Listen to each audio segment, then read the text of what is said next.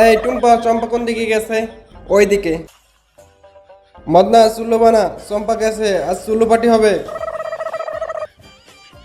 রাজু চুল্লু খাবো আজ সারাদিন। ওকে মদনা, আজ চম্পা বাসায় নাই। মদনা কত সুন্দর মেয়ে। রাজু তুই যা। হ্যাঁ পড়ে গেলাম। এখন ঠিকঠাক মতো অভিনয়টা চালাই যেতে হবে। ওয়াও, কত সুন্দর ছেলেটা। ও আছেন এখানে, আমি ওরে চিনি, ওর হাই রোগ ঠিক হয়ে যায়।